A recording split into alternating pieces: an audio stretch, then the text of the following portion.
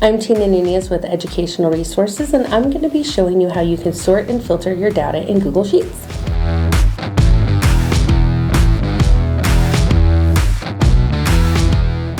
Now, the two tools I use often in Google Sheets is sorting and filtering, and Google makes this so easy.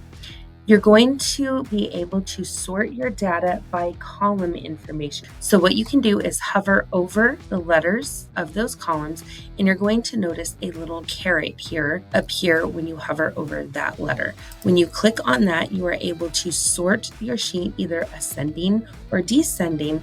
And when you select that, it's going to change all of the data matching across rows. Now, let's say you want to look at specific data and not all of it at one time.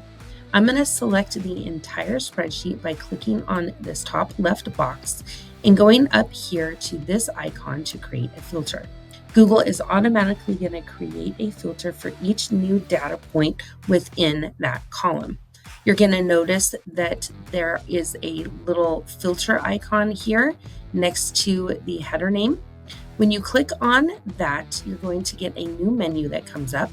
You can filter by fill colors, conditions, values, or I'm going to clear this out, any data point that is unique. So if I only want 2 sets of data in this column, I'm going to click on it, and now all of that information is filtered out and I can only see that content. To get it back, you're going to click on this filter, select all the information, or you can go up here and turn filters off.